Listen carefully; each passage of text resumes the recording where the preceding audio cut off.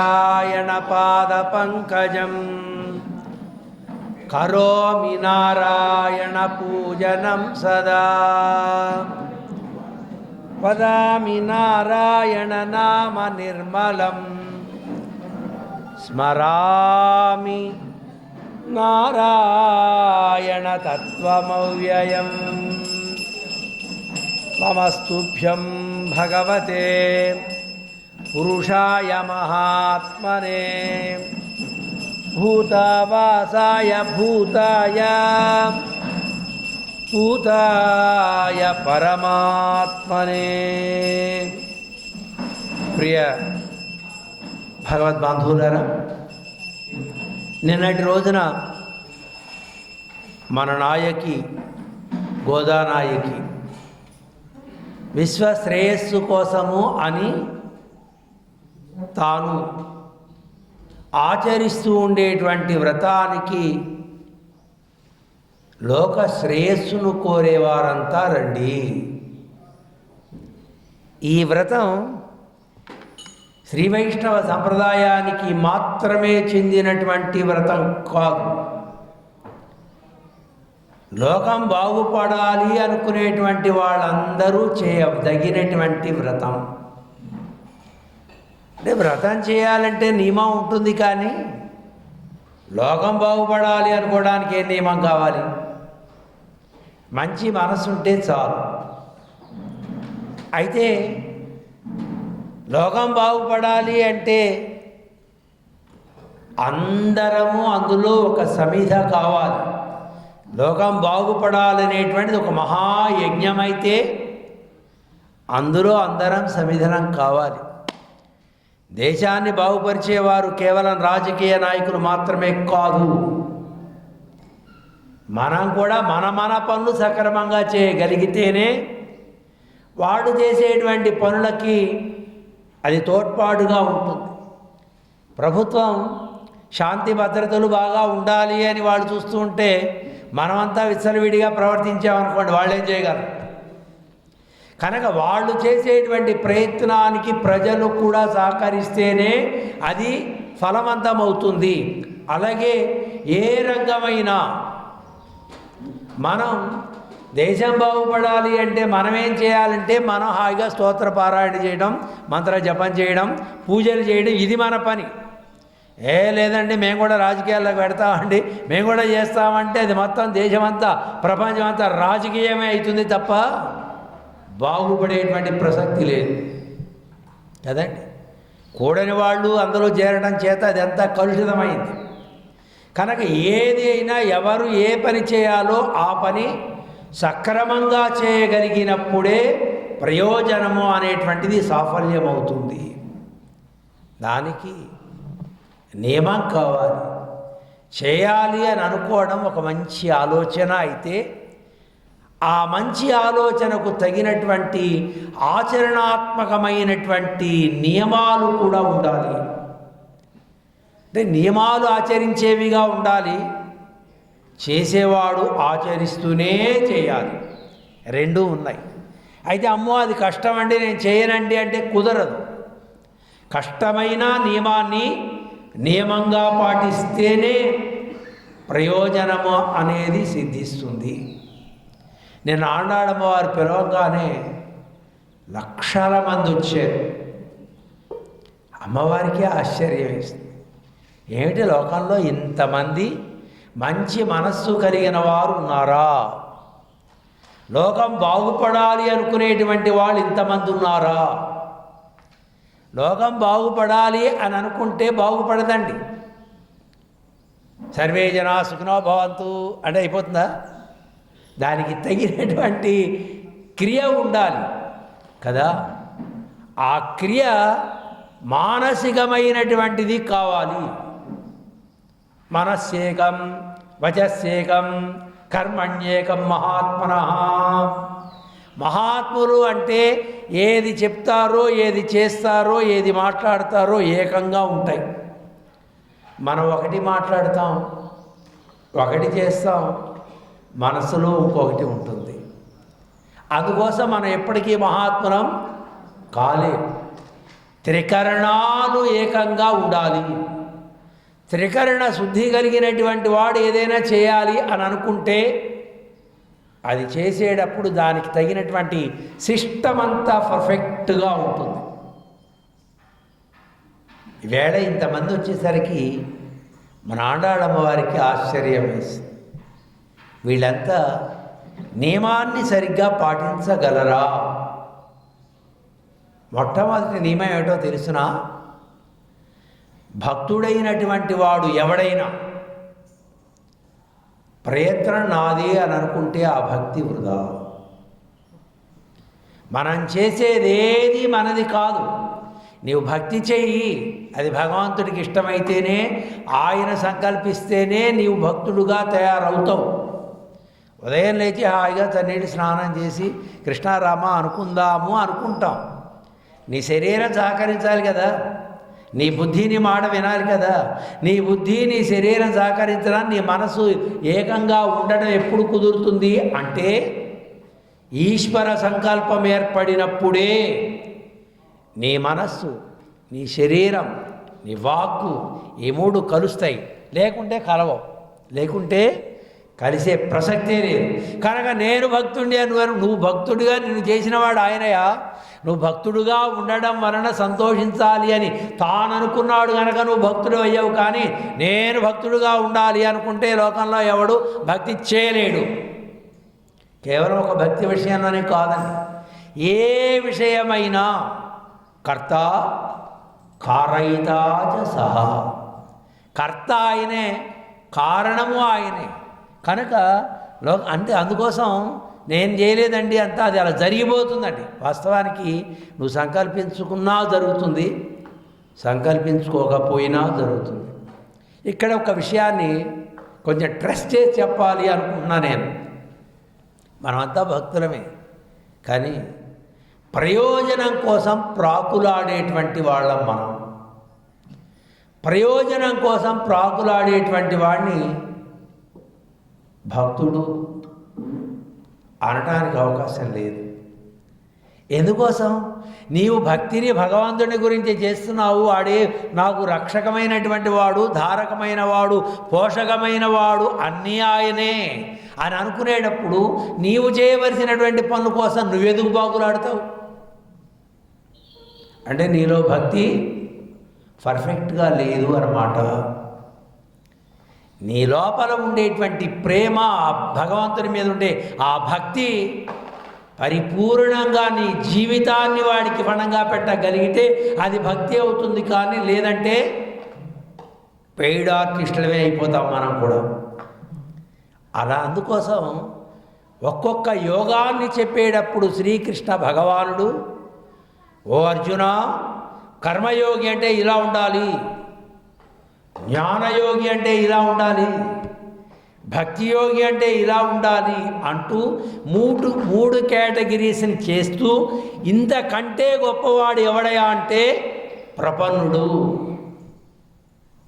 మన big boss గారు అంటూ ఉంటారు పదే పదే, ఏమిటండి మనం అంతా శరణాగతిలో ఉన్నాం, శరణాగతి చేసేవాళ్ళు కూడా ఇలా చేస్తున్నారేంటి, ఆశ్చర్యంగా ఉంది, బాధగా ఉంది అని. ఇది ప్రకృతి అంతే. నువ్వు శరణాగతి చేసిన వాడికి, కర్మయోగం చేసేవాడికి, భక్తి యోగం చేసేవాడికి, జ్ఞానయోగం చేసేవాడికి తేడానే లేదు. అంతా కమర్షియల్. చూడండి, అందులోనూ జ్ఞానులం అని చెప్పుకునే వాళ్ళలో కమర్షియాలిటీ ఎక్కువ ఉంది వేడ. అంటే మేము ఎవరిని ఉద్దేశించి వ్యక్తిగతంగా అనటం లేదు, కానీ టోటల్గా చెప్తున్నాం. మేము కొంచెం జ్ఞానం కలవాళ్ళం, పుస్తకం లేకుండా పాసురాన్ని చెప్పగలం, ఓ గంటన్నర సేపు అనర్గళంగా చెప్పగలం. అంటే మరి రోజుకి నాకు 50,000 ఇస్తారా, ఓ 10,000 ఇస్తారా? ఏమిటిది? ఇది కమర్షియాలిటీ కాదండి. ఇంతకంటే దౌర్భాగ్యం ఏంటి? డబ్బు కోసమని నువ్వు ఇంత ఇస్తే నేను ప్రవచనం చెప్తా అనేటువంటి దిగజారేతనం ఆధ్యాత్మికతకు అవమానకరమైనటువంటి విషయం. బ్రతకాలి, మేము కూడా బ్రతకాలి. మీరందరూ భోజనం చేసి నాకు భోజనం పెట్టరా, దానికోసం ఇంత ఇవ్వు అని ఓ దేవిరించుట, యాచించుట, ఇది ఎవడిని అవమానించడం. ఏ వ్యాసుల వారు ఏమైనా అడిగి రాశాడు ఆయన?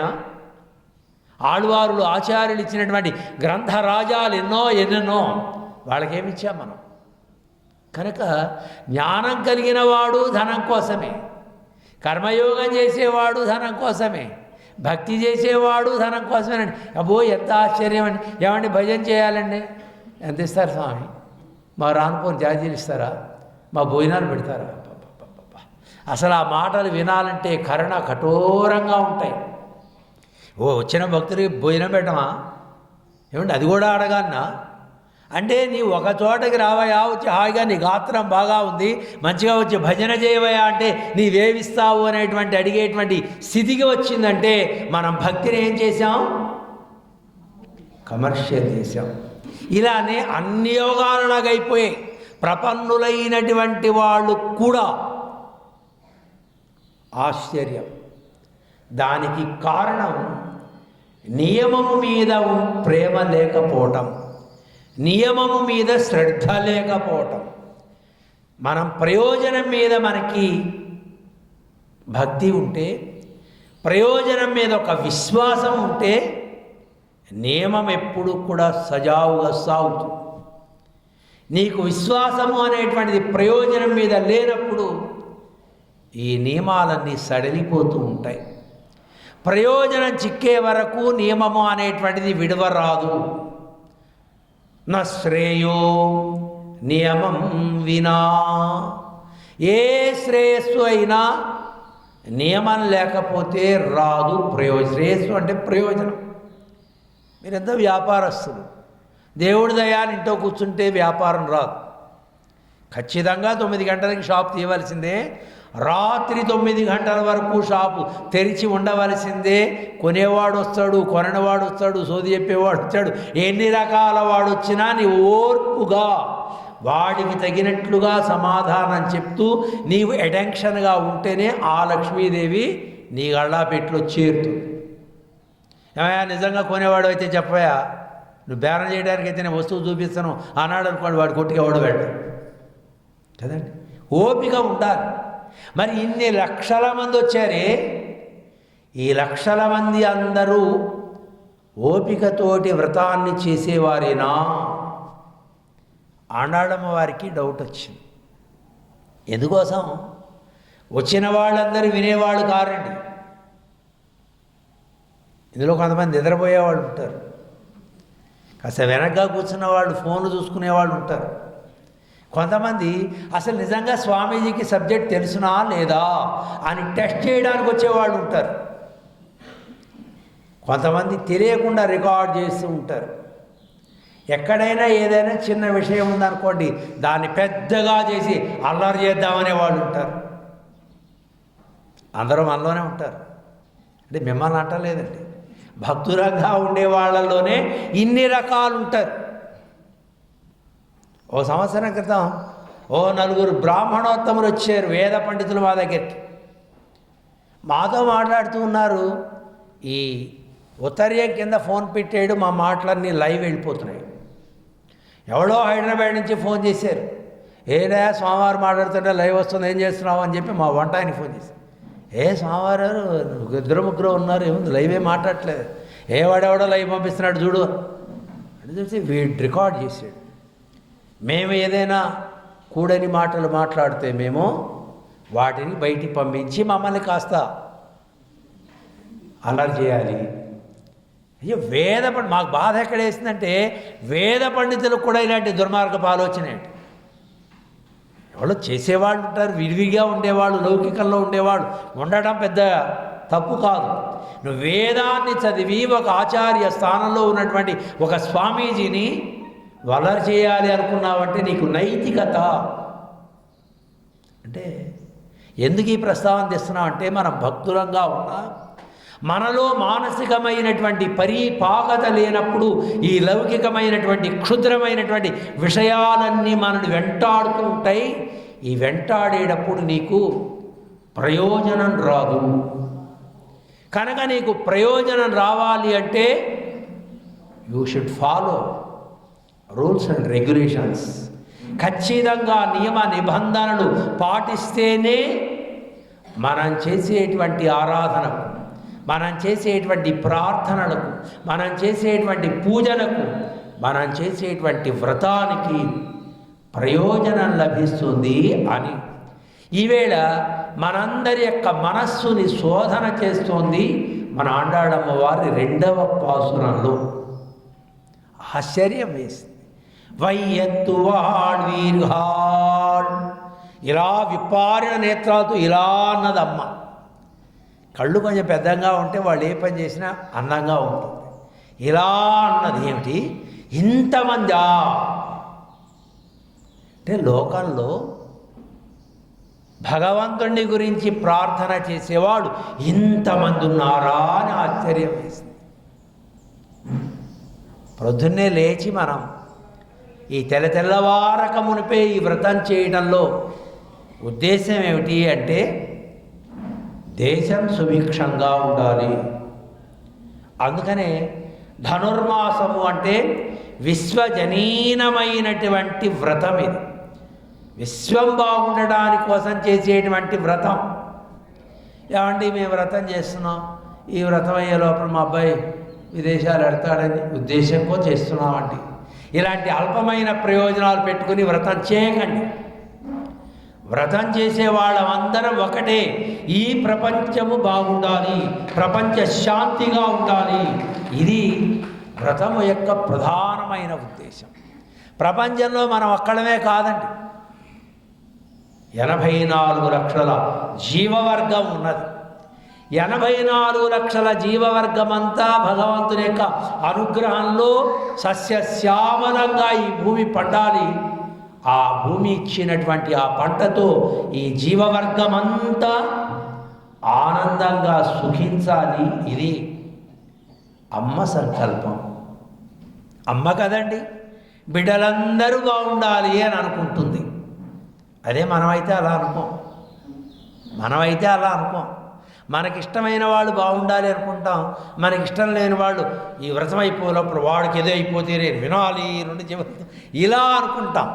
ఇది మనకుండేటువంటి ఒక దృష్టి, దోషభూయిష్టమైనటువంటి ఆలోచన. మనకి అపకారం చేసిన వాడు కూడా బాగుండాలి.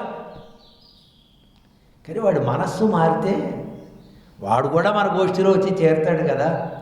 ఇది తల్లికి ఉండేటువంటి హృదయ వైశాల్యం. అందుకని జగత్తంతా బాగుండడానికి మనం వ్రతం చేద్దాము అని అనుకున్నా, చేయాలనుకునే వాళ్ళమందరం ఒక నియమాన్ని పాటిద్దాం. లోకంలో ఏ వ్రతానికైనా నియమం ఉంటుంది. ఆ నియమాలు ఈవేళ చెప్పేవాడు లేరు, చెప్పినా పాటించేవాడు లేరు. మిడిమిడి జ్ఞానంతో మాకే తెలుసును అనుకుంటూ చెప్పేటువంటి వాళ్ళని అనుసరించేటువంటి వాళ్ళు కూడా మిడిమిడి జ్ఞానంతో వారి క్రియలు పూర్తి చేస్తూ ఉంటారు. ఏనికైనా నియమమే.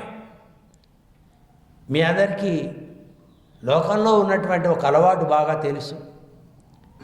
ఎవరైనా పెద్దలు గతిస్తే సంవత్సర కాలం దీపారాధన చేయకూడదు అని సమాజంలో ఒక నియమం ఉంది. అది చాలా తప్పది. దీపం లేనటువంటి ఇల్లు కాదు. దీపం లేకపోతే అది శ్మశానమే. శ్మశానంలో మనం జీవిస్తామండి? నో.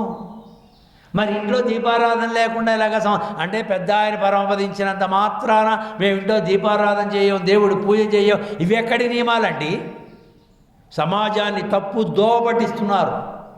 అందుకనే పెద్దలు చెప్తున్నారు, 12వ రోజు రాత్రి నుంచి నీ ఇంట్లో దీపం వెలగాలి యథాతథంగా. అంతేకాదు, పెద్దలు గతించినప్పుడు కర్త అయిన వాడికి చాలా నియమాలు ఉంటాయి. ఆ నియమాలు ఏం చెప్పరండి మనవాళ్ళు. నాయన దీపారాధన చేయొద్దు, దానాలు చేయొద్దు, ధర్మం చేయొద్దు, పూజ చేయొద్దు, నువ్వు నాస్తికుడుగా బ్రతుకు అంటే పెద్ద అయిపోయినంత మాత్రాన మనం నాస్తికులుగా బ్రతకాలి. ఆ పూజ లేకుండా, పుణ్యం లేకుండా, పురస్కారం లేకుండా ఇలా బ్రతకాలనా? ఇదేమి సమాజం? సమాజాన్ని ఏం చేయాలని ఇలాంటి ప్రచారాలు చేస్తున్నారు ఈ అజ్ఞానం. ఎస్, తెలియక చెప్పడం అజ్ఞానమే కదా. అలా చెప్పవచ్చునండి. ఎప్పుడైనా కర్త అయిన వాడు తల్లో తండ్రో గతించినప్పుడు సంవత్సర కాలం అతడు బ్రహ్మచర్యాన్ని వహించాలి. నాకు జన్మనిచ్చినటువంటి మా అమ్మ, నాకు జన్మనిచ్చినటువంటి నా తండ్రి పరలోకాలకు వెళ్ళారు. వాళ్లకు ఉత్తమగతి కలగాలి. వాళ్ళ యొక్క చేసినటువంటి ఆ జీవనాన్ని స్మరించుకుంటూ నేను నియమంతో బ్రతకాలి అని ఈ కర్త బ్రహ్మచర్యంగా ఉండాలి. ఏకభుక్తం చేయాలి, శీతల స్నానం చేయాలి, భూతల శయనం చేయాలి. ఇన్ని నియమాలు ఉంటాయండి. ఈ నియమాలు ఏం చెప్పరు. నాయన దీపారాధన చేయి, నువ్వు దీపారాధన మానేసేయి, నువ్వు ఇంకా ఏమైనా చేసుకో. వీడు 11వ రోజునే భార్యను తీసుకుని సినిమాకి పోతాడు. నో, సంవత్సర కాలం అతనికి భార్యతో బాంధవ్యమే లేదు. బ్రహ్మచర్యం అంటే అదే కదా. అలా ఉండాలి. ఇలాంటి నియమాలు ఎందుకు చెప్పరు? సంవత్సర కాలం అతడు వపనం చేసుకోవడానికి అవకాశం లేదు. సంవత్సర విమోచన తర్వాతనే అతనికి ఏర్పడినటువంటి ఈ కేశమును తీయాలి. ఎన్ని నియమాలు ఉన్నాయండి. ఈ నియమాలు చెప్పేవాడు లేరు, పాటించేవాడు లేరు కదా. ఏమంటే 10 రోజులు ఎందుకండి కార్యక్రమం? 3 రోజుల్లో చేద్దామంటే, 1 రోజులో చేద్దామంటే, ఇలా మనం వాళ్ళ కోసమే కాదు. నువ్వు చేసినా చేయకపోయినా వాడు స్వర్గమో నరకమో వాళ్ళకి ఏది ప్రాప్తమో వాడు వెళ్ళిపోతారు. నీ జన్మరాహిత్యం కోసం, నీ రుణ విముక్తి కోసం నీవు చేయవలసినటువంటివి నియమంగా చేయాలి. ఒక ప్రతి క్రియకు ఇలాంటి నియమాలు ఉంటాయి, ప్రతిదానికి. మరి మనం విశ్వశ్రేయస్సు కోసం చేసేటువంటి వ్రతం కనుక మన నియమాలు ఇంకా చాలా ఎక్కువ ఉంటాయి.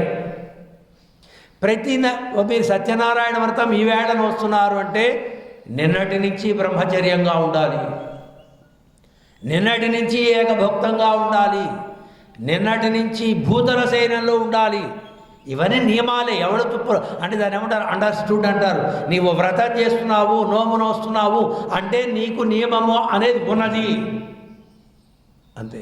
ఒకవేళ నీకు తెలియదు అంటే అయ్యా నేను ఇది చేయాలంటే ఏం చేయాలి? 2 సంవత్సరాల క్రితం మేము అభినవ మేల్కోటలో ఉన్నాం. మా ప్రాంతంలో అయ్యప్ప స్వాములు బాగా ఎక్కువ మంది చేస్తూ ఉంటారు. మా గ్రామంలోనే ఒక 200 మంది చేస్తారు. ఇప్పుడు గుడి అంతా మంచి కోలాహలంగా ఉంటుంది. వీళ్ళంతా పెద్ద రాత్రిపూట ఏదో పడి పూజ అలాంటిది ఏదో చేసుకుంటూ మమ్మల్ని పిలిచారు. ఏమయ్యా మేము రాకూడదు అని చెప్పాం. లేదు స్వామి, మీ మాట వినాలి, మీ వాయిస్ వినాలి మేమంతా అనుకుంటున్నాం. ఓకే, వెళ్ళాం. దరిదాపు 500-600 మంది స్వాములు ఉన్నారు. వాళ్ళందరికీ చెప్పాం, మీరేమైనా అనుకోండి, మీరు చేసే పని తప్పు. మీరు ఒక నియమంగా 40 నాళ్ళు ఏ దేవుడైనా కావచ్చు, పూజ చేసేటప్పుడు అక్కడ భోజనం ఇక్కడ భోజనం, ఇదేమిటయా? నియమంగా ఉండేవాడు ఎక్కడ పడితే అక్కడ భోజనం చేయడానికి వీల్లేదు. మీరందరూ ఒక చోటనే ఆ వ్యవస్థను ఏర్పాటు చేసుకోండి. హాయిగా పీఠం పెట్టుకోండి, నైవేద్యం పెట్టుకోండి, అదే తినండి. అంటే వాళ్ళు పిలిచారండి వాళ్ళింటో భజన చేసి భోజనం, వీళ్ళు పిలిచారండి వీళ్ళింటో భజన చేసి భోజనం చేయడం అనేది కరెక్ట్ కాదు. భజనకి వెళ్ళిరండి, హాయిగా వాళ్ళు ఏ పండో ఫలమో ఇస్తే తీసుకోండి, అంతవరకే. 18 రకాల ప్రసాదాలు, 36 రకాల ప్రసాదాలు ఇలా తింటే అది నియమం ఎందుకు అవుతుంది? ఇది తింటే నీకు వ్రతం ఎందుకు అవుతుంది? నో, ఇది చేయకూడదు అని గట్టిగా చెప్పాం. మరుసటి నాడు నుంచి మా గ్రామంలో ఒక పీఠం పెట్టి అక్కడే ఒక వంటవాడిని పెట్టుకుని వాళ్ళందరూ ఎక్కడెక్కడ తిరిగి వచ్చినా, ఏ పనులు చేసి వచ్చినా హాయిగా కాల్లో స్నానం చేయడం, మళ్ళీ పీఠంలో పూజ చేసుకోవడం, భోజనం చేయడం, ఒక మంచి వ్యవస్థకు శ్రీకారం చుట్టడం జరిగింది. అంటే పెద్దలు చెప్పారు మనం ఆచరించాలి అనుకుంటే అది బాగా ఉంటుంది ఏదైనా కదా. చిన్న 40 రోజుల్లో అయిపోయేటువంటి వ్రతాలకి నియమాలు ఉంటే మనది 40 రోజుల్లో అయ్యేటువంటి వ్రతం కాదు, 30 రోజుల్లో అయ్యేటువంటి వ్రతం కాదు. యావదాత్మభావి ఉండేటువంటి వ్రతము ధనుర్మాస వ్రతం. అయితే ఏదో 30 నాళ్ళు ఇలాగా అందరం ఒక చోట చేరి చేస్తాం, కానీ రోజు తిరుప్పావై చదువుతాం ఇంట్లో. రోజు అష్టాక్షరి జపం చేస్తాం. ప్రపన్నుడైనటువంటి వాడు ఆచార్యులను ఆశ్రయించడమే వ్రతాన్ని ఆరంభించుట. ఇది ఎప్పటిదాకా ఉంటుంది? మళ్ళీ ఈ శరీరం ఇక్కడ వదిలి ఆత్మ ఆచార్యుల సన్నిధానం చేరే వరకు తదేకమైనటువంటి దీక్ష. ఈ దీక్ష చేసేటువంటి వాళ్ళం ఇలా అకుంఠితమైనటువంటి నియమంతో చేయగలిగితేనే లోకానికి శ్రేయస్సు కలుగుతుంది అని అంటూ మనం చేయవలసినటువంటి నియమాలలో మొట్టమొదటి నియమం పయ్యత్తు ఇంద్ర పరమన్ అడిపాడి. క్షీరాబ్దిలో వేంచేసి ఉండేటువంటి పాలకడలి నాథుడు హాయిగా పడుకుంటాడు. ఆయన పాపం ఎప్పుడు పడుకునే ఉంటాడు. పడుకున్నవాడు ఏం చేస్తాడు చెప్పండి? పడుకున్నవాడు మంచిగా ఆలోచన చేస్తూ ఉంటాడు. ఆలోచనకి పడుకుంటేనే ఆలోచన వస్తుందండి. ఎలా కూర్చుంటే ఆలోచన రాదు కదా. తిరుగుతూ ఉంటే ఆలోచన రాదు.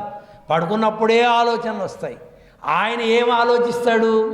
ఈ జగద్రక్షణ, 84 లక్షల జీవవర్గం, అలాగే ప్రపంచం ఎంత గొప్పదండి. ప్రకృతి ఎంత గొప్పది. ఇలాంటి ప్రకృతిలో ఈ జీవవర్గాన్ని ఎలా పోషించాలి, ఎలా పాలించాలి, ఎలా శ్రేయస్సు కలిగించాలి అని నిరంతరం తదేకమైనటువంటి ధ్యానంలో ఉండేవాడు పరమాత్మ. ఆ పరమాత్మ యొక్క పాదార విందములకు మంగళాశాసనం చేయుట, ఇది మనం చేయవలసింది. దీనికేం పైసలు ఖర్చు లేదండి. దేనికేం వస్తువులేం అవసరం లేదండి. హాయిగా అలా కూర్చో నారాయణ వాసుదేవ గోవింద ముకుంద అంటూ మంగళం భగవాన్ విష్ణు, మంగళం మధుసూదన, మంగళం పుండరీకాక్ష, మంగళం గరుడధ్వజ అంటూ స్వామి యొక్క శ్రీ చరణారవిందములకు మంగళం మంగళం మంగళం. దాన్నే మన ఆండాడు తల్లి పోతి పోతి అన్నది ఆమె. పెరియాళ్ళవార్లు పల్లాండు పల్లాండు పల్లాండు, ఇంకొక ఆడవాళ్ళు వాజి వాజి వాజి. కనుక నీవు హాయిగా క్షేమంగా ఉండు నాయన పరమాత్మ. ఆయన బాగా ఉంటే మనం బాగుంటాం. ఆయనకేమిటి మనకులాగా ఇబ్బందులే ఉండవు కదా. మరి ఆయన బాగుండాలనుకోవడంలో అర్థమేముంది అంటే, ప్రేమ కలిగిన వాడు ఎవరినైతే మనం ప్రేమించామో, ఎవరినైతే గౌరవిస్తామో, ఎవరినైతే పూజిస్తామో వాళ్ళు క్షేమంగా ఉండాలి అని అప్రయత్నంగానే అనుకుంటాం మనం కదా.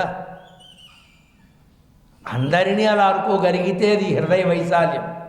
కానీ ఇష్టమైన వాళ్ళైతే అలా అంటాం కదా, ఖచ్చితంగా అంటాం కదండి.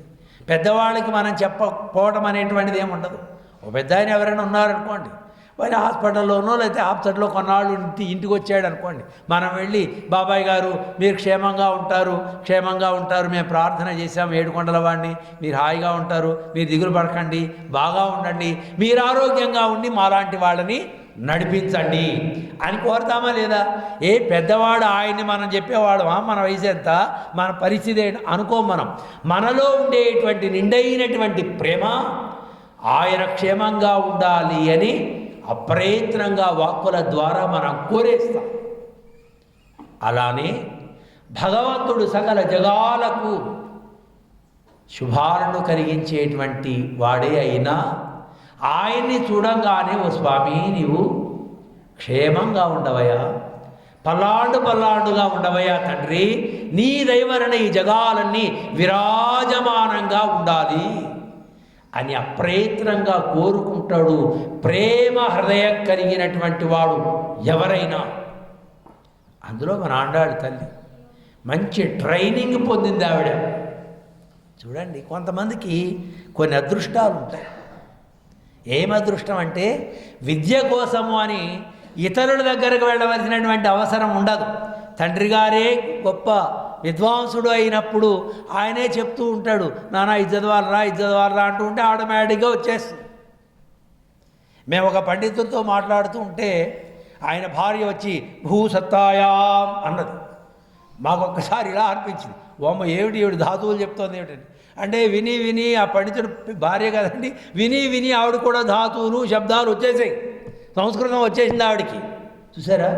కనుక ఇంట్లో భార్యకు పిల్లలకి ఆటోమేటిక్గా ఆ శబ్దోచ్చారణ అనేది విని విని విని మా గురువుగారింట్లో చిన్నపిల్లలు కూడా సంస్కృతమే మాట్లాడతారు. వాళ్ళతో మాట్లాడిన మాకు భయం అవుతుంది. వాళ్ళు గడగడా మాట్లాడేస్తారు. అంటే ఏమి ఇలా వచ్చిందండి వీళ్ళకంటే ఇంట్లో వాళ్ళ నాన్నగారు ఆగచ్చదు ఆగచ్చదు ఆగచ్చదు అంటాడు ఆయన. మనం చిన్నపిల్లలే ఉంటాం, రా రా రా అంటావా, ఆయన రా రాడు ఆగచ్చదు ఆగచ్చదు ఆగదు ఆగచ్చదు వచ్చేసింది. ఉత్తిష్టదు ఉత్తిష్టదు ఉత్తిష్టదు వచ్చేసింది. కాదతు కాదతు ఇలా తిను తిను అనే మనం తిను అంటే వాడికి తిండే వస్తుంది తప్ప ఇంకో వేరే భాష రాదు వాడికి కదండి. కనుక ఏ భాషలో చెప్తే పిల్లలకి ఆ భాషలే వస్తాయి, అప్రయత్నంగా వస్తాయి. మన ఆండాళ్ళ తల్లికి భగవంతుణ్ణి ప్రేమించినటువంటి పెరియాళ్ళు వాళ్ళ ఇంట్లో ఆమె పెరిగినటువంటి ఆవిడ కావడం చేత పెరియాళ్ళు వాళ్ళ హృదయమంతా ఆమెకు చేరడం చేత పెరియాళ్ళు వాళ్ళ కంటే ఎక్కువ ప్రేమ ఏర్పడింది. కంటే అని ఎందుకు అంటున్నామంటే మగవాళ్ళకు ఉండేటువంటి ప్రేమ వేరుంటుంది, స్త్రీలలో ఉండేటువంటి ప్రేమ వేరే. స్త్రీలకు ప్రేమ ఏర్పడితే పోదు, ఓ మంచి కాన్స్టెంట్ వ్యూలో ఉంటారు వాళ్ళు. మనం పాపం ఏదో స్టాక్ మార్కెట్ లాగా అప్ అండ్ డౌన్లో పోతూ ఉంటాం మనం, కానీ వాళ్ళు పోరు. కనుక అలా ఆమెకు తండ్రి గారి ద్వారా వచ్చినటువంటి భగవత్ ప్రేమ బాగా పెరిగి భగవద్ విభూతికి మంగళాశాసనం చేయాలి. కేవలం భగవంతుడి వరకు వస్తే చాలదండి, భగవద్ విభూతికి అంతటికి. శ్రీ వైష్ణవ సంప్రదాయంలో ఒక నియమాన్ని చెప్తారు మనవాళ్ళు, అన్యదేవతారాధన చేయవద్దు అంటే శివాలయానికి వెళ్ళొద్దు, ఇంకో దేవుణ్ణి పూజించద్దు అని చెప్తారు. ఎందుకోసం చెప్తారో తెలిసిన, భగవద్విభూతిలో వాళ్ళంతా ఉన్నారు కదా. భగవద్విభూతిలో శివుడు లేడా, బ్రహ్మ లేడా, ఇంద్రుడు లేడా, అయ్యప్ప లేడా, అన్నీ ఉన్నారు. ఆ విభూతికి ఆయనకే మంగళాశాసనం చేసేటప్పుడు విడిగా వాడు వీడు అని తీసుకోవాల్సినటువంటి అవసరం లేదు. మీ అందరికీ మంగళాశాసనం అన్నాం అనుకోండి, అందులో ప్రత్యేకంగా ఈయనకి ఆయనకి అని పేరు చెప్పాలా? నో, అందరిలో మీరు ఉన్నారు కదా. కనుక మీ అందరికీ అన్నప్పుడు అందరిలో మీరు కూడా ఉన్నారు కనుక ఆ మంగళాశాసనం మీకు కూడా చేరుతుంది. లోకంలో కొన్ని ఏదో వింతగా అనిపిస్తాయి, మాకేమిటో నచ్చవు అవి. అందరూ బాగుండాలి, అందులో నేనుండాలి ఎందుకు మధ్యలో? అందరూ బాగుండాలంటే చాలదేంటి, మళ్ళీ వెంటనే మన స్వార్థం బయటపడటం, అందులో నేనుండాలి ఆ మాట అయితే మాకు నచ్చదు. అందరూ బాగుండాలి అన్నప్పుడు అందరిలో మనం కూడా ఉంటామయ్యా, ప్రత్యేకించి చెప్తున్నావంటే నీ లోపల ఇంకా స్వార్థం తొలుస్తూనే ఉంది అని. అలా అవసరం లేదండి. విభూతి అంతా భగవంతుడు, భగవద్విభూతి అన్నప్పుడు సకల దేవతలు ఉన్నారు కనుక. అందుకనే భగవద్గీతలో స్వామి విభూతి యోగాన్ని చెప్పాడు. ఆ విభూతి యోగంలో అన్నీ నేనని చెప్పాడు కదా. ఇంద్రుణ్ణి నేను, శివుణ్ణి నేను, గరుత్మంతుణ్ణి నేను, ప్రహ్లాదుణ్ణి నేను, ఇవన్నీ చెప్పాడా లేదా? కనుక ఆయనకే చెప్పేటప్పుడు అన్నీ ఆయన అయినప్పుడు మళ్ళీ విడిగా ఇంకో గుడికి వెళ్ళి అక్కడ ఆరాధన, మళ్ళీ ఇంకో సన్నిధికి వెళ్ళి అక్కడ పూజ, ఇవన్నీ అవసరమా? అవసరం లేదు అనే ఉద్దేశంతో చెప్పారు. కానీ శివుడి మీద ద్వేషంతోటో ఇంకో దేవత తక్కువనో ఉద్దేశం కానే కాదు. ఈ పరమార్థం అందరికీ అర్థం కాక వైష్ణవ సంప్రదాయం అంటే వాళ్ళు అలా అండి ఇలా అండి అని మమ్మల్ని ఏదో అంటూనే ఉంటారు, బుద్ధస్తాం. అది వాళ్ళకే వదిలేద్దాం. కానీ మనకు అలాంటి భేదం ఉండదు సుమా. భగవంతుడి కృష్ణుణ్ణి ఆరాధిస్తున్నామంటే సర్వం ఆయనే కనుక ఆయన ఆరాధన ద్వారా మిగతా దేవతలందరూ తృప్తులవుతారు. కనుక అలాంటి ప్రేమతోటి పాలకడల్లో పవళించి ఉన్నటువంటి శ్రీమన్నారాయణుని యొక్క దివ్య చరణారవిందములకు మంగళాశాసనం చేయుట. మంగళాశాసనము చేయుట అంటే ఏదో ఈ శబ్దం కొంచెం గంభీరంగా ఉంది, కానీ దాని అర్థం ఏమిటంటే ప్రేమ కలిగి ఉండుట. ఎస్, అసలైనటువంటి తెలుగు అది. కనుక భగవంతుని యందు నిరంతరంగా ప్రేమ సాగాలి. అందులో వ్రతంలో ఉన్నాం కనుక ఇప్పుడు కొంచెం ఎక్కువ సాగాలి. తెల్లవారి లేస్తున్న దగ్గర నుంచి పవళించే వరకు నారాయణ నామ స్మరణ అనుక్షణము నీ లోపల అప్రయత్నంగా సాగాలి. ఇది సమాజానికి జగత్తుకి శ్రేయస్సునిస్తుంది. మనలాంటి వాళ్ళ భగవన్నామం చెప్పకపోతే ఎవరు చెప్తారండి? ముఖ్యమంత్రి గారి దగ్గరికి వెళ్ళి, నాయన నువ్వు హాయిగా జపం చేయి, నారాయణ అష్టాక్షరి జపం అంటే ఆయన కుదరదు. ఆయనకి ఎంతసేపు దేంట్లో ఎంత డబ్బులు వస్తాయి, ఏ అధికారిని మార్చాలి, ఏ అధికారిని తనవాడిని చేసుకోవాలి, ఎలా తను ఓటింగ్ శాతం పెంచుకోవాలి, ప్రజల్లో తన మార్క్ ఎలా ఉండాలి, ఇదే ఆలోచనలో ఉండేవాడిని నువ్వు కృష్ణ అను, రామ అను, నారాయణ అను అంటే వాళ్ళు అనరు. వాళ్ళు అనక్కర్లేదు కూడా. వాళ్ళు ప్రజాశ్రేయస్ అనే భావంలో వాళ్ళు ఉండగలిగితే వాళ్ళకి అదే చాలు, అదే వాళ్ళకి శ్రేయస్సు. కానీ మనం ప్రత్యేకంగా భక్తులంగా ఉన్నాం, ప్రపన్నులంగా ఉన్నాము, జ్ఞానులంగా ఉన్నాము, కర్మయోగులంగా ఉన్నాము, గుణనిష్ఠులంగా ఉన్నాం కనుక ఇవన్నీ మనకే కానీ మిగతా వారికి అవసరం ఉండదు. కనుక ఆ నియమాన్ని మొట్టమొదట మనం పాటించాలి. 2, వ్రతకాలంలో అబద్ధాలు ఆడకూడదు.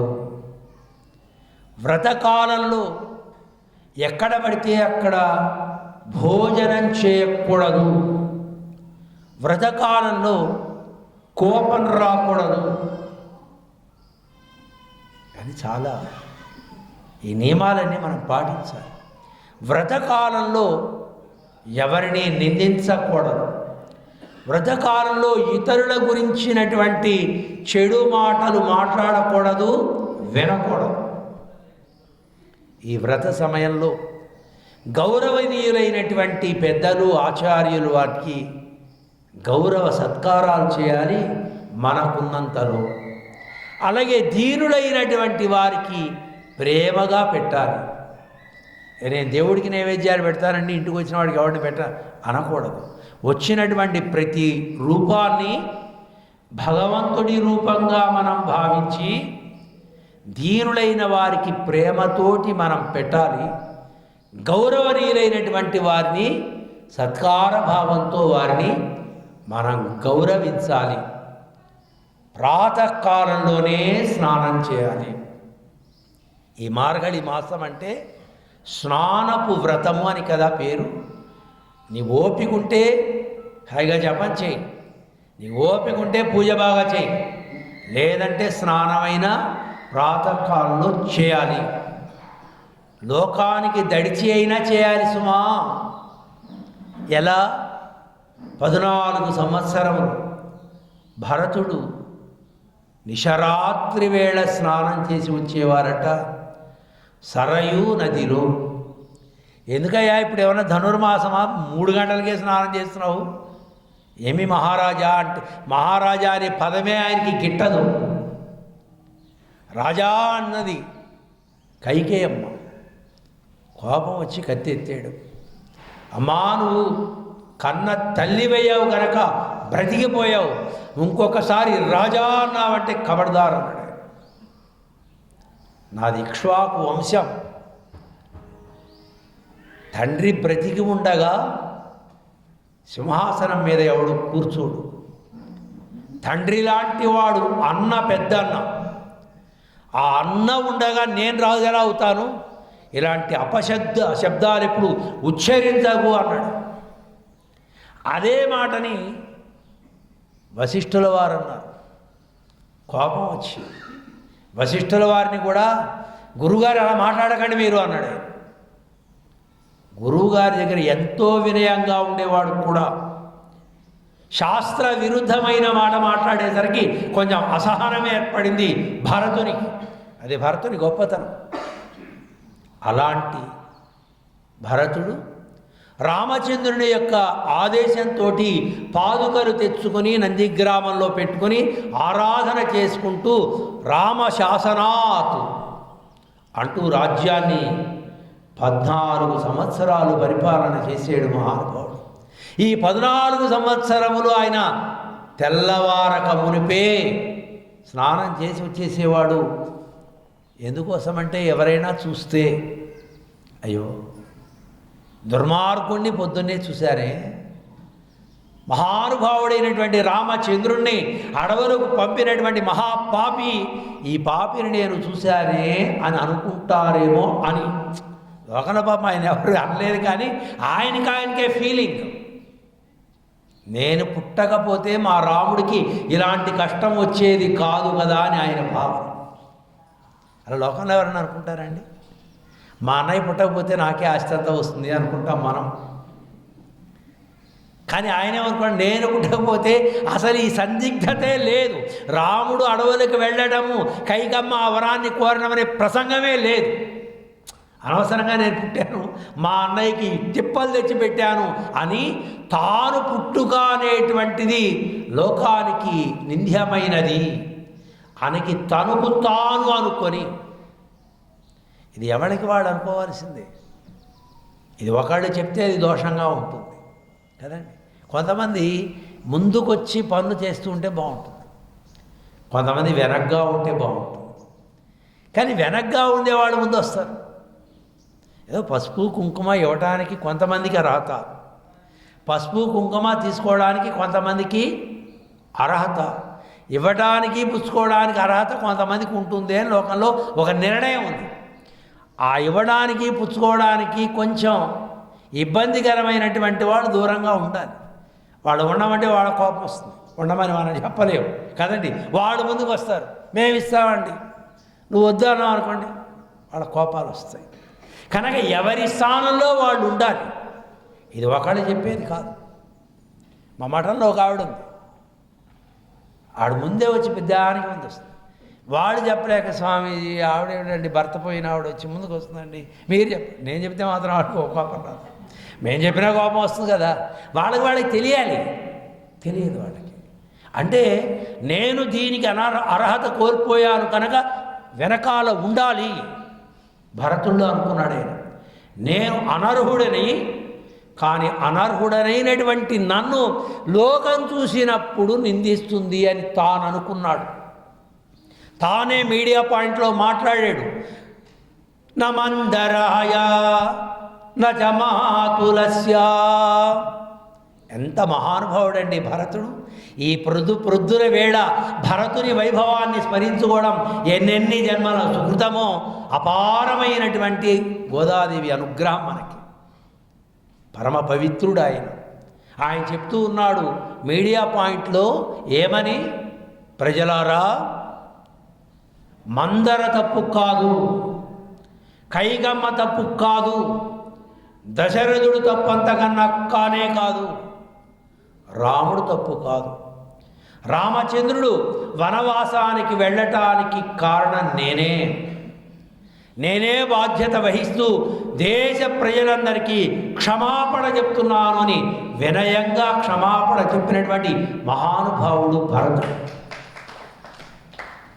ఆయన ఎలా తెల్లవారక మునిపే సరయూ నదిలో స్నానం చేశారు 14 సంవత్సరములు. అదే రీతిన విశ్వానికి శ్రేయస్సు కలగాలి అని వ్రతం చేసే మనమందరం కూడా తెల్లవారుజామునే స్నానం చేయాలి. అంటే కొంచెం పర్వాలేదండి, 6 అయితే పర్వాలేదండి, 6:15 అయితే పర్వాలేదండి, ఇలాంటివి అడక్కండి. ఎందుకంటే మేము కొంచెం ఆరోగ్యం బాగుండాలి ఎలా చేయండి అన్నాం అనుకోండి, స్వామీజీ చెప్పారు, వెంటనే బ్రేకింగ్ న్యూస్, ఇదిగో ఎదురుగుండా పెట్టాడు ఈయన బ్రేకింగ్ న్యూస్ కోసం కదండి. ఇలా మేం చెప్పడం కాదండి, నీకే ఉండాలి, నీవే చేయాలి, ఎవడో తోసేటువంటి ప్రసక్తే లేదు. ఇది మన యొక్క అంటే ఎప్పుడు అలా చేయగలుగుతామంటే ఎప్పుడెప్పుడు తెల్లవారుతుందా, ఎప్పుడెప్పుడు గోష్ఠికి వెడదామా, రంగా అందామా అని భావన నీ లోపల కలగాలి. మనవాడు ఏమిటో కొత్త స్టైల్గా పాడుతున్నారే, గోవిందనామం తీసి శ్రీరంగనాథనామం చెప్తున్నారు, చాలా బాగుంది. మొత్తానికి ఇది అభినవ శ్రీరంగ క్షేత్రం అయినందుకు మంచి స్టైల్గా మాకు మేము అనుష్ఠానం చేస్తుంటే వినపడింది మాకు. మన వాళ్ళు మంచి బాగా డెవలప్ అవుతున్నారు, మంచిగా అన్ని ఆ గోవిందనామం తీసి రంగనాథ నామం, ఏ నామం అయితే ఏమిటి, ఏ నామం ప్రీతిగా అనుభవించాలని మనకు అనిపిస్తే ఆ నామాన్ని ఆనందంగా ఉచ్చైశ్వర్యంతో మనం అనుభవించగలిగితే అది సమాజానికి చిన్నగా అనుకోకూడదండి. ఈవేళ సమాజం కోసం మనం చేస్తున్నాం కనుక మనం చేసేది బాహాటంగానే చేయాలి. ఈ శబ్ద తరంగాలు ఈ చుట్టుపక్కలంతా ప్రసరించి ఈ శబ్ద తరంగాల ద్వారా సమాజంలో ఉండేటువంటి కాలుష్యం పోవాలి. మానసిక కాలుష్యం, ప్రాకృతిక కాలుష్యం, రెండు కాలుష్యాలు తొలగాలి. సమాజానికి శ్రేయస్సు కలగాలి. కనుక మనం చేసే పని నిర్భయంగా చేయాలి, ఆనందంగా చేయాలి. కనుక మనం ఎప్పుడూ కూడా ఇది తప్పు అని ఎదుట వాళ్ళ చేత అనిపించుకునేటట్లుగా మనం ప్రవర్తించకూడదు. ఎదుట వాళ్ళు అబ్బా చేస్తే అలా చేయాలండి, ఎంత బాగా చేస్తారండి, గోదా గోకులంలో వాళ్ళు బాగా చేస్తారు, మనం కూడా అలా చేయాలి, మనం కూడా గోదా గోకులంలో సభ్యులంగా ఉండాలి, ఆ గోష్ఠిలో మనం కూడా ఉండాలి అని ఎదుట వాళ్ళు అనుకునేటట్లుగా క్రమశిక్షణగా, శ్రద్ధగా, భక్తిగా, నియమంగా ఇది 5 లక్షల మందికి చెప్తోంది ఆండాళ్ళ తల్లి. ఈ నియమనిష్టలతోటి మనం చేద్దాం, తప్పనిసరిగా లోకానికి శ్రేయస్సు కలుగుతుంది అని అంటూ ఆ లోక శ్రేయస్సు ప్రధానమైనటువంటిది కనుక ఈ నియమాలు పాటిద్దాం అంటూ కేళిరో వినండి అన్నది మధ్యలో. వినండి అంటే వింటున్నారు కదా, వింటున్నారా మీరు? అంటే వింటున్నారు, 8:30 ఎప్పుడైపోతుందా అనుకుంటూ వింటున్నారు. మేము పెట్టుకున్నాం, పర్వాలేదు, టైం ప్రకారం మాకు బిగ్ బాస్ ఏ టైం ఇచ్చారో ఆ టైంలో మేము పూర్తి చేస్తాం. వినేటప్పుడు అన్యపరత లేకుండా వినాలి. అందుకనే వినండి ఆండాళమ్మవారు.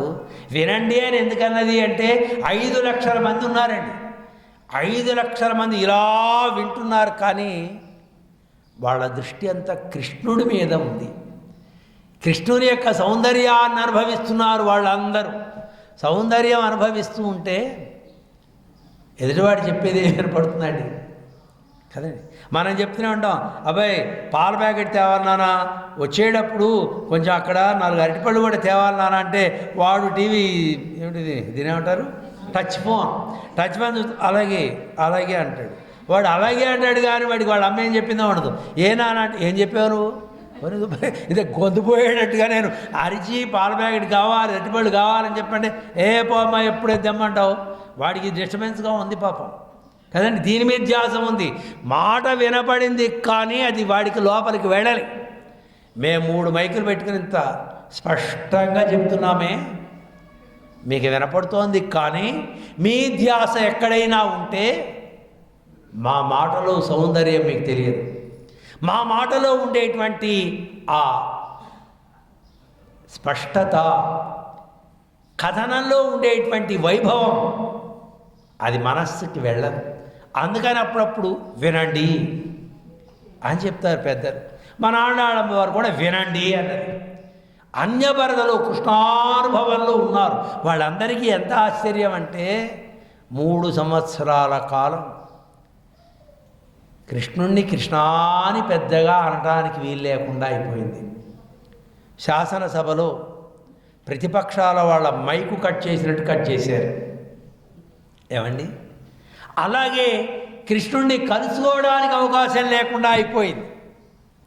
ఈవేళ ఒక్కసారి పెద్దలంతా చేరి కృష్ణ నామస్మరణ చేయండి, కృష్ణుడు ఎలా చెప్తే అలా చేయండి, కృష్ణుడిని మీరంతా ఫాలో అవ్వండి అంటే దీని వెనకాల మళ్ళీ ఏమైనా రాజకీయం దాగి ఉందా?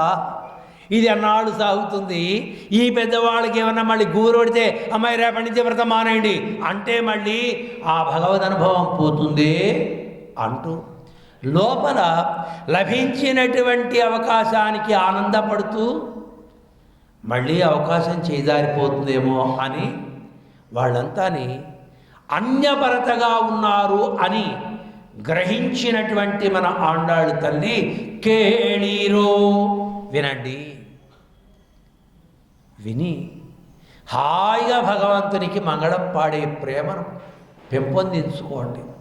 ఈ నియమాలన్నీ పాటించండి. భగవన్నామమే మనకి ధారకంగా ఉండాలి, భగవన్నామమే పోషకంగా ఉండాలి. గుళ్ళో ఎన్ని ప్రసాదాలు పెట్టారు, అందులో నెయ్యి పడిందా లేదా, జీడిపప్పు పడిందా లేదా, ఇలాంటి ఆలోచన ఉండకూడదు. ప్రసాదము అంటే కళ్ళకు అద్దుకోవాలి, లోపలికి కృష్ణార్పణమని లోపలికి పంపించాలి తప్ప దాని మీద రుచితోటి మనం తీసుకోకూడదు. అందుకని ధారక పోషకాలు పరమాత్మ. உண்ணும் சோர் పరుగు నీర్ వెచ్చిరై ఎల్లాం కണ്ണన్ అంటారు ఆళ్వారు. త్రాగేటువంటి నీరు కృష్ణుడు. బా, ఎంత గొప్ప అవకాశం అండి. నీవేమైనా తాగు, బిస్లరీ వాటర్ తాగుతావో, పంపులో నీళ్ళు తాగుతావో, బావిలో నీళ్ళు తాగుతావో, దట్ ఈజ్ మీ అవకాశం. కానీ నీవు ఏది తాగినా కృష్ణా అంటూ తాగాలి. అసలు అవసరమే లేదు. కృష్ణనామ స్మరణే చేసేటప్పుడు ఆ ధారకాన్ని లోపలికి పంపించవలసిన అవసరమే లేదు. ఆళ్వారికి అవసరం రాలే. 32 సంవత్సరాలు మంచినీళ్ళు త్రాగలేదు. ఏమంటే టిఫిన్ చేశారండి? మంచినీళ్ళే తాగినప్పుడు ఇంకా టిఫిన్ ఏమిటండి? ఏమీ లేదండి. తల్లి పాలే తాగలేదు ఆయన. ఒకసారి ఎప్పుడైనా ట్రై చేద్దామని, ఒక సంవత్సరం. ఆళ్వారు 32 ఏళ్ళు ఉన్నారు, ఒక సంవత్సరం మనం ఉండలేమా? బిగ్ బాస్ పెడితే మీరు అందరూ ఆచరిస్తారు, నేను చెప్తే ఆచరిస్తారు మీరు. ఒక్కసారి ఆలోచన చేద్దాం. ఒక్క సంవత్సరం, ఈ ధనుర్మాసం నుంచి వచ్చే ధనుర్మాసం వరకు మంచినీళ్ళు తాగాం. వామ్మో, రేపటి నుంచి ఎవరు రారేమో కదండి. ఉండగలం, పోతామేమో అని మనకి భయం, కానీ ఏమి ప్రాణం పోదండి. అంత తేలిగ్గా పోతే అది ప్రాణం ఎందుకవుతుంది కదండి. ఆళ్వారు 32 ఏళ్ళు ఉన్నప్పుడు మనం ఏమండి ఒక్క సంవత్సరం ఉండలేమా? అసలు ఆలోచన చేస్తారా మీరు? మేమైతే ఆలోచన చేస్తుంటాం కానీ ఆచరించాం. చెప్తున్నాం కదా, ఆలోచన అయితే చేస్తాం. మాకు కూడా ఉంది. అండర్ గ్రౌండ్కి వెళ్ళి ఒక సంవత్సరం దాకా బయటికి రాకుండా ఆ అష్టాక్షరి మంత్రంలో ఉండాలి అనుకుంటాం, కానీ మాకు ఏ షావుకారులు ఒప్పుకోవట్లే. ఏ ఊరు వెళ్ళినా సామి ఆ పనులు చేయక నువ్వు లేనిపోంది అంటే వాడికి నేను ఫోన్లో టచ్లో ఉండనో, ఎప్పుడైనా మాట్లాడడానికి అవకాశం ఉండదనో అదే ప్రేమ. కానీ నేను పోతానని ప్రేమ అయితే వాడికి తెలియలేదు. కనుక అలా మనం చేయగలం. ఎప్పుడు చేయగలం? భగవంతుని యందు పరిపూర్ణమైనటువంటి విశ్వాసం నీలో ఉంటే. కానీ మనం తినేదే బతికిస్తుంది, తాగేదే బతికిస్తుంది, మనం చేసేటువంటి మన జాగ్రత్తలే మన ఆరోగ్యం బాగా కాపాడుకుంటుంది అనేటువంటి ఒక పిచ్చి భ్రమలో మనం ఉండడం చేత వాటికి ఎక్కువ ప్రాధాన్యత మనం ఇస్తున్నాం. కనీసం ఈ నెల రోజులైనా మధురమైనటువంటి పదార్థాలు తినడం మానేద్దాం. పాలు తాగద్దు, పెరుగు తినద్దు, నెయ్యి పోసుకోవద్దు. ఇలా పూర్వంలో మనవాడు ఇలా పోసుకునేవాడు కదండి. కనుక అవన్నీ పూర్వ రోజులు. తాతలు నేతులు తాగేవారు. సరే, తర్వాత అనవసరం. కనుక ఇలా వాళ్ళంతా నేతులు తాగేవాడు నిజంగానేనండి. మన నెయ్యి వేసుకుంటే కొలెస్ట్రాల్ పెరుగుతుంది. డాక్టర్ గారు ఎప్పుడు మనకి నెయ్యి వద్దు నెయ్యి కూడా అంత నెయ్యి వేసుకోకపోతే ఆ చింతకాయ పచ్చడి ఏం బాగుంటుందండి? అంత నెయ్యి వేసుకోకపోతే ఆవకాయ ఏం బాగుంటుందండి? మనం ఎంత పాపం చేశామో అంత నెయ్యి వాడటానికి అవకాశం లేదు కదా. సరే, అవకాశం ఉన్నా ఈ నెల రోజులు మధురమైనటువంటి నెయ్యి, పాలు, తేనె, ఏమండి, అలాగే పెరుగు, ఇలాంటి పదార్థాలకు దూరంగా ఉండాలి. అంతేకాదు, మహిళలు వచ్చినటువంటి వాళ్ళంతా ఎక్కువ మంది మహిళలు. అందుకని వాళ్ళ కోసం ఇంకొక లా చెప్పింది. ఎవరు కాటుగా పెట్టుకోవద్దు. మై ఎట్టిడిదో మనరెట్టినా ముడియో. పుష్పాలు పెట్టుకోకండి, కాటుగా పెట్టుకోకండి. అంటే వ్రతంగా ఉన్నారు కనుక, వ్రతంగా ఉండేటువంటి వారు భర్తకి భోగ్యంగా ఉండేటట్లుగా ఉండకూడదు. వాళ్ళు కూడా వ్రతనిష్టలో ఉంటే భర్తకి ఆ రకమైనటువంటి ఫీలింగ్ రాదు. ఆయన వ్రతంలో ఉంటాడు, ఆమె వ్రతంలో ఉంటుంది కనుక వాళ్ళిద్దరి మధ్య భార్యాభర్తలు అనేటువంటి ఫీలింగే ఉండదు. అలా ఉండటానికి ఈ జాగ్రత్తలు స్త్రీలు వహించాలి. పురుషులు వహించేటువంటి జాగ్రత్తల్లో వాళ్ళు ఉంటారు. ఇలాగా నియమాలను పాటిస్తూ నిరంతరం నారాయణ నామ అనుస్మరణ చేస్తూ వ్రతాన్ని కొనసాగించుకుందాం. తద్వారా మంచి శ్రేయస్సు కలుగుతుంది.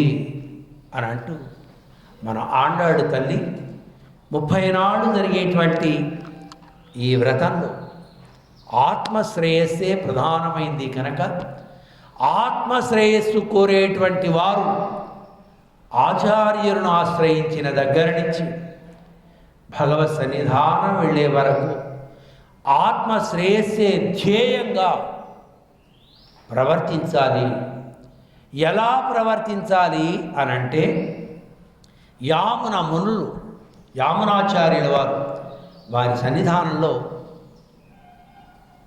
ఉపదేశం పొందినటువంటి ఒక మహానుభావుడు ఆ రోజు నుంచి మళ్ళీ ఇంటికి వెళ్ళలేదట ఆయన. ఈవేళ గురువుగారి దగ్గర నేను ఉపదేశం పొందా. గురువుగారు నా శిరస్సు మీద వారి యొక్క దివ్యమైనటువంటి హస్తాలను పెట్టి చెవిలో నారాయణ మంత్రాన్ని ఉపదేశం చేశారు. వారి నా 2 చేతులు ఆయన పాదాలని స్పృశించారు.